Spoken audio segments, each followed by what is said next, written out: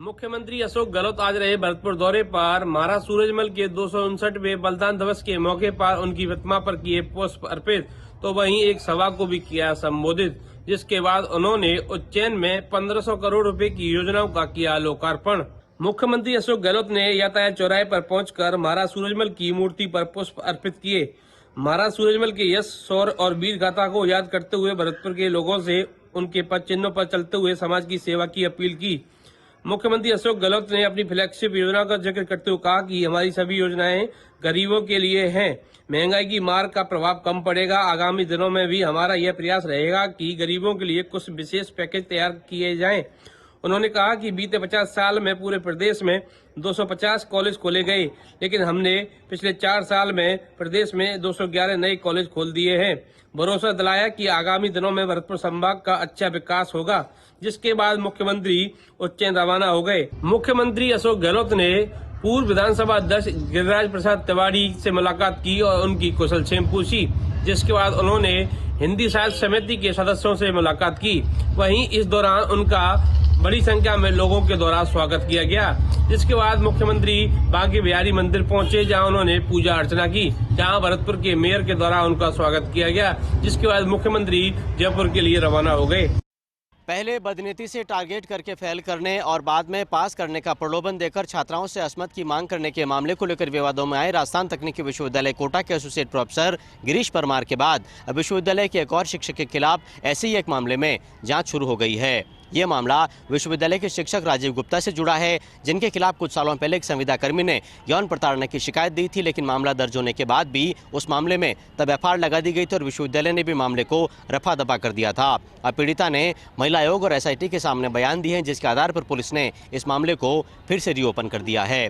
इधर सस्पेंड किए जा चुके एसोसिएट प्रोफेसर गिरीश परमार के खिलाफ पहले ही दर्ज 2 मुकदमों के बाद आज एक और पीड़िता एमटेक छात्रा सामने आई है और उसके परिवार पर परमार के खिलाफ तीसरा मामला दर्ज कर लिया गया है। इधर रिमांड अवधि पूरी होने के बाद आज बिचौलिए छात्र अर्पित अग्रवाल के साथ एसआईटी परमार को एक बार फिर से कोर्ट लेकर पहुंची, जहां से कोर्ट ने 28 दिसंबर तक के लिए दोनों को पुलिस रिमांड पर सौंप दिया है। इधर एसपी सिटी केसर सिंह शेखावत ने पत्रकारों को बताया है कि इस पूरे मामले की पड़ताल में कई तरह के नए और चौंकाने वाले खुलासे हो रहे हैं। परमार ने छात्राओं से असमत की मांग के मामले में अपने चहेते छात्र छात्राओं की एक पूरी गैंग बना रखी थी, उन्हीं से पेपर सेट कराता था और उत्तर कॉपियां भी उसके यहीं चहेते विद्यार्थी जांचते थे और अपनी नाजायज मांगों को भी छात्राओं के सामने इसी गैंग के माध्यम से परमार पहुंचाया करता था।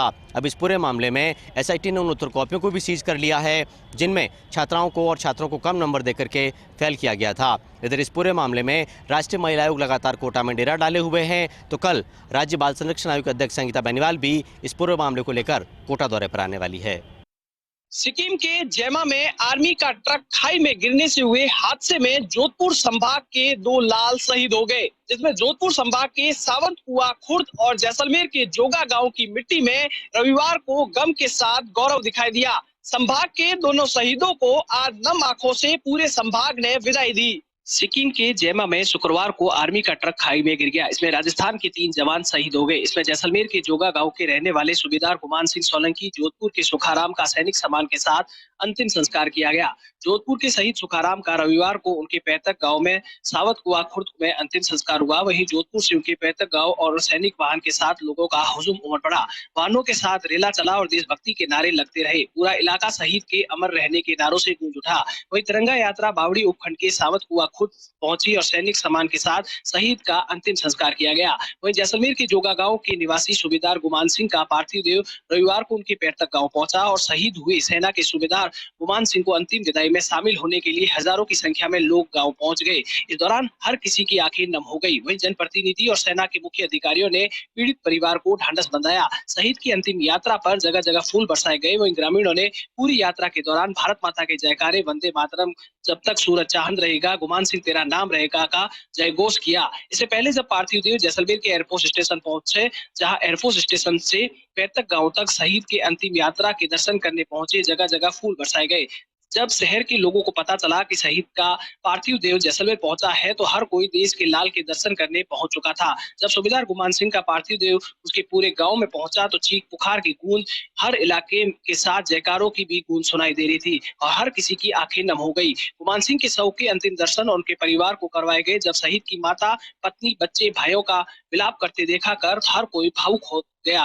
वहीं आसपास के लोग परिवार को ढांढस बंधाते दिखे। जिसे बार शव यात्रा शमशान घाट के लिए रवाना हुई और उसके बाद सेना की सलामी के बाद पुत्र प्रहलाद सिंह द्वारा पिता को मुखाग्नि दी गई। इस दौरान हर किसी को जहां गुमान सिंह के बिछड़ने का डर था तो वही राष्ट्र सेवा के दौरान उनके शहीद होने की बात की भी खुशी थी।